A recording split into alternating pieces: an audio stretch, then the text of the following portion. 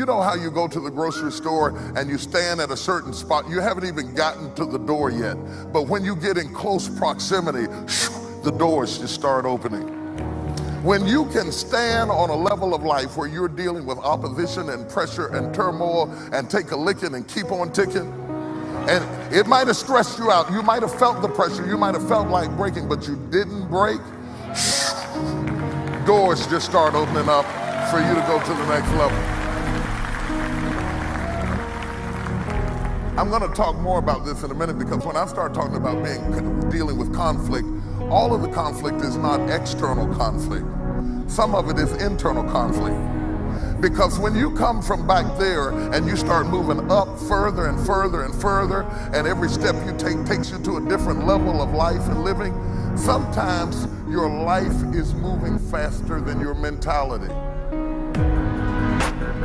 You can have the desk you dreamed about, the position you wanted, the ministry you wanted, the opportunity you wanted, and everything moved up except your perception of yourself. Are you following what I'm saying to you? And we're going to share some things that I believe will prepare you for the next move. And I want you to understand something, that when God begins to move you along in life, it's not an elevator, it's a step-by-step process. So many people attempt to move forward in a rapid motion. They want to go from midnight to morning. They want to go from the basement to the presidential suite in one step. That's not what you want. You don't want to take the elevator, because if you take the elevator and you get it too fast, you can't handle it. You can't handle it. Oh, I know you want the money, but you can't handle the pressure and the problems and the conflict and the criticism and the opposition. And so God has designed it that you would move along in steps, in stages, not too fast. And every time you take a step, you have to kind of balance yourself and get used to this level of opposition, this level of controversy, this level of conflict, this level of criticism, because again, that's what they're paying you for, is managing trouble. Are you hearing what I'm saying to you? And just as soon as you get it all down pat and you've mastered it and you say, good, I'm comfortable now, this is now my new normal, I'm okay with it, then all of a sudden you take another step.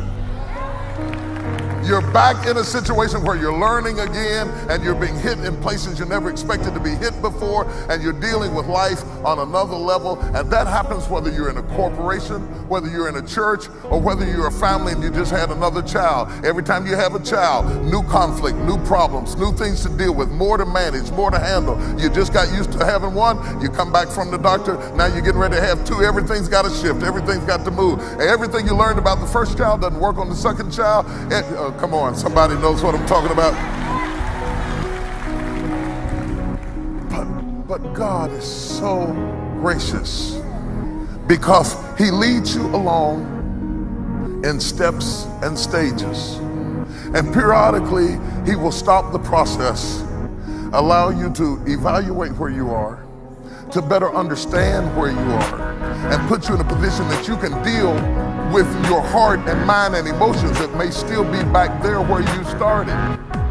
And people are jealous of you and envious of you and fighting you, and they don't understand that you still perceive yourself as if you were where you started. But the steps of the Lord are leading you higher and higher and further and further and further than you've ever been before. Touch somebody and say, take another step. There's another step waiting for you. There's another dimension of life, another dimension of leadership, another dimension of problems, another dimension of conflict, another dimension of faith and finances and family and all of that. Being afraid that you will reach your goal, but some disaster may result. These are mixed emotions. I want it, but I don't want all the stuff that comes with it. I don't want to deal with all the problems that come with it. I don't want to deal with all the disasters. I don't want to deal with the pressures that come with it. I can't handle it. I'm going to stay on this lower level. And when you do that and you reject God's opportunity, you are left with nothing but the hope of magic. Magic is when I'm just going to stay down here where it's comfortable, but some kind of magical way I'm believing that I'm going to get a blessing up here while I'm staying down here. You can't do it. It's like believing God that you're going to get pregnant and not gain weight. I want the baby, but I don't want the pregnancy. I don't want the weight. I don't want the stretch marks. I don't want to throw up in the morning. No, all of that goes along with the process. And if you will allow anyone, anything, any voice on the inside to talk you out of this moment, you will forfeit it and be stuck washing your nets when there's a great drought of fish waiting you, if you have the courage to believe.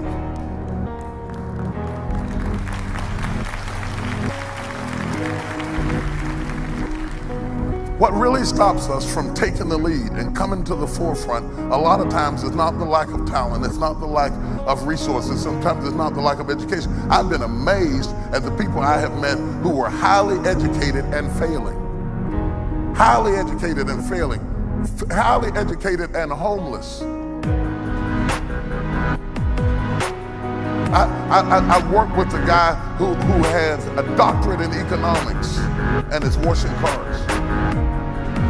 Just can't seem to get it together. So education alone is not the solution. I'm for education. I think it's important. It's a good thing, or we wouldn't have built the school next door. I think it's very important. But I have seen people educated and stuck.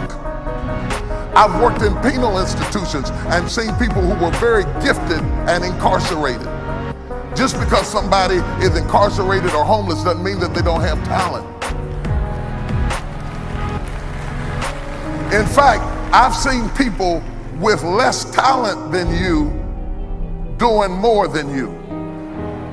And until you're willing to look that in the face and say, what am I doing to sabotage my own success of moving to the next level, you'll never get there. Until you walk, and this is what causes jealousy and envy. When you look and you meet other people who have less to work with than you, and yet they're in higher positions than you, you can either become jealous or bitter, or you can begin to challenge yourself to say, what is wrong with my belief systems that's stopping me from going to the next level in this area? Okay, and I want to deal with some irrational beliefs that will stop you from moving up to the next level. This is not about money necessarily. This is not about prestige necessarily.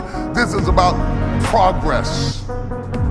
Because it's a shame to live long and have no progress.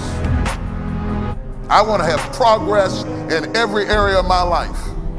I want to see progress in parenting. I want to see progress in my relationship with my wife. I want to see if I'm going to go to work every day, I want to see progress.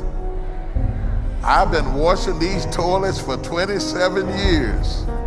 At least let me be the manager of the toilet washers. In 27 years, I want to move up. Anybody, maybe it's wrong. Is there anybody in here that wants to move up? Okay. I'm going to point out some things that may be hindering you from reaching that, and some of you may already be reaching it. You may have already mastered this. Just endure this review, okay?